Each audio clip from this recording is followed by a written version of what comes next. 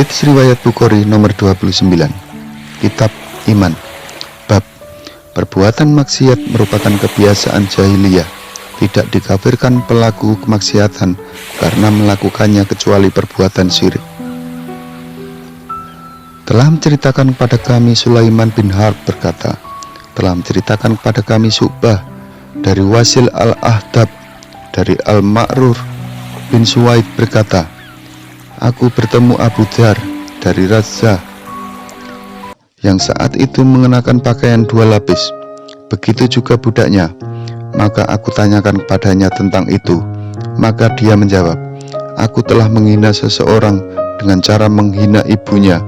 Maka Nabi Muhammad SAW menegurku, wahai Abu Dzar, apakah kamu menghina ibunya?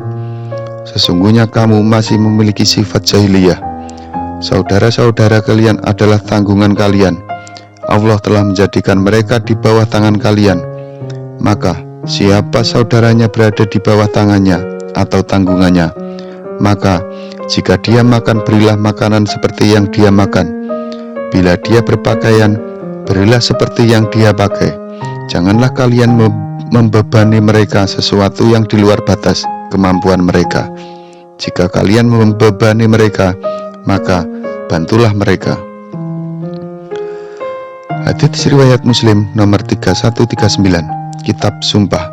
Bab memberi makan budak sebagaimana yang ia makan.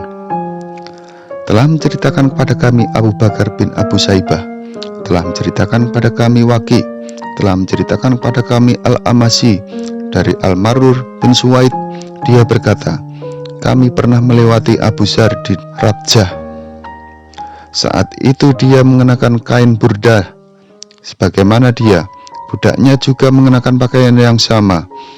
Kami lalu bertanya, wahai Abu Dzar, sekiranya kamu menggabungkan dua kain burdah itu, tentu akan menjadi pakaian yang lengkap. Kemudian dia berkata, dahulu aku pernah adu mulut dengan saudaraku seiman. Ibunya adalah orang ajam, non-Arab. Lalu aku mengejek ibunya hingga ia pun mengadu kepada Nabi Muhammad SAW. Ketika aku berjumpa dengan Nabi Muhammad SAW, beliau bersabda, wahai Abu Dzar, sungguh dalam dirimu masih terdapat sifat jahiliyah. Maka aku membantah, wahai Rasulullah, barang siapa mencela laki-laki, maka mereka para lelaki itu akan mencela bapak dan ibunya. Beliau bersabda lagi, wahai Abu Dzar, sungguh dalam dirimu masih terdapat sifat jahiliyah. Mereka semua adalah saudara-saudaramu yang dijadikan Allah tunduk di bawah kekuasaanmu. Oleh karena itu, berilah mereka makan sebagaimana yang kamu makan. Berilah mereka pakaian sebagaimana pakaian yang kamu kenakan. Dan janganlah kamu membebani mereka di luar kemampuannya. Jika kamu memberikan beban kepada mereka, maka bantulah mereka. Dan telah menceritakan kepada kami Ahmad bin Yunus, telah menceritakan kepada kami Suhair, dalam jalur lain disebutkan, telah menceritakan kepada kami Abu Quraib, telah menceritakan kepada kami Abu Muawiyah, dalam jalur lain disebutkan, telah menceritakan kepada kami Ishaq bin Ibrahim, telah mengabarkan kepada kami Isa bin Yunus, semuanya dari Al-Masih dengan sanad ini. Namun dalam hadis Suhair dan Abu Muawiyah ada tambahan setelah perkataan, sesungguhnya dalam dirimu masih terdapat sifat jahiliyah. Abu Dzar berkata, lalu aku menjawab, apakah karena keadaanku lebih terpandang? Beliau menjawab, ya. Dan dalam riwayat Abu Muawiyah disebutkan, ya, karena keadaanmu lebih terpandang. Dan dalam hadis Isa disebutkan, jika kamu membebani sesuatu dan memberatkan baginya, hendaklah kamu membantunya, tidak menggunakan lafaz yu'inhu, menolongnya, dan selesai pada perkataannya, dan janganlah kamu membebani mereka sesuatu yang memberatkan bagi dirinya. Hadits riwayat Muslim nomor 3140 juga menjelaskan di kitab Sumpah, bab memberikan makan budak sebagaimana yang ia makan. Telah menceritakan kepada kami Muhammad bin Al-Mujana dan Ibu Basyar, dan ini adalah lafaz Ibnu Mujana. Keduanya berkata, telah menceritakan kepada kami Muhammad bin Ja'far, telah menceritakan kepada kami Syu'bah dari Wasil al-Adzab, dari Ma'rur bin Suwaid. Dia berkata, aku pernah melihat Abu Dzar memakai pakaian serupa dengan sahayanya. Lalu aku bertanya perihal itu. Dia mengatakan bahwa pada masa Rasulullah SAW, ia pernah mencela seorang laki-laki dengan cara mencela ibunya, laki-laki tersebut.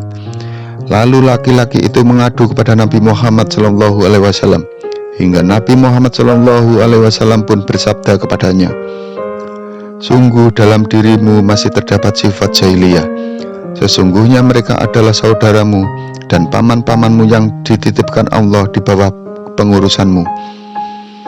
Karena barang siapa memiliki saudara yang masih dalam pengurusannya, hendaklah dia diberi makan sebagaimana yang dia makan, diberi pakaian sebagaimana ia mengenakan pakaian, dan janganlah kamu bebani mereka di luar batas kemampuan mereka. Dan jika kamu membebani mereka, maka bantulah mereka dalam menyelesaikan tugasnya. Telah menceritakan kepada kami Syu'bah berkata, Wasil al-Adzab telah mengabarkan kepadaku, ia berkata, aku mendengar Al-Ma'rur bin Suwaid berkata, aku bertemu Abu Dzar di Razbah. Ia membawa selembar kain, sedemikian juga dengan pelayannya. Kemudian ia menyebutkan maknanya, yakni makna hadis berikut. Telah menceritakan kepada kami Muhammad bin Ja'far dari Hajjaj, keduanya berkata, telah menceritakan kepada kami Syu'bah dari Wasil al-Adzab, dari Ma'rur bin Suwaid. Hajjaj berkata, aku mendengar Ma'rur berkata, aku melihat Abu Dzar mengenakan kain katun. Hajjaj menyebutkannya, yaitu di Razbah, sehingga juga dengan pelayannya. Dalam kesempatan yang lain Hajjaj melebutkan, lalu aku menanyakan hal itu kepadanya, maka ia menjawab bahwa ia pernah mengajak seorang laki-laki di zaman Rasulullah SAW dengan jalan menghina ibu laki-laki itu. Maka laki-laki itu datang menemui Nabi Muhammad SAW dan mengadukan hal tersebut. Nabi Muhammad SAW lantas bersabda kepadanya, kamu itu laki-laki yang masih punya sifat jahiliyah. Saudara pelayanmu adalah saudaramu juga. Allah telah menjadikan mereka berada di bawah tanggunganmu. Maka barang siapa yang saudaranya berada pada tanggungannya, maka hendaklah ia beri makan sebagaimana ia makan, dan pakaian sebagaimana ia berpakaian. Jangan kalian beri beban mereka dengan sesuatu yang tidak dimampunya.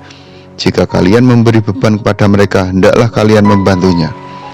Hadis ini diriwayatkan oleh Ahmad nomor 20.461 dalam kitab Musnad Sahabat Ansor, bab hadis Dzar al-Ghifari radhiyallahu anhu.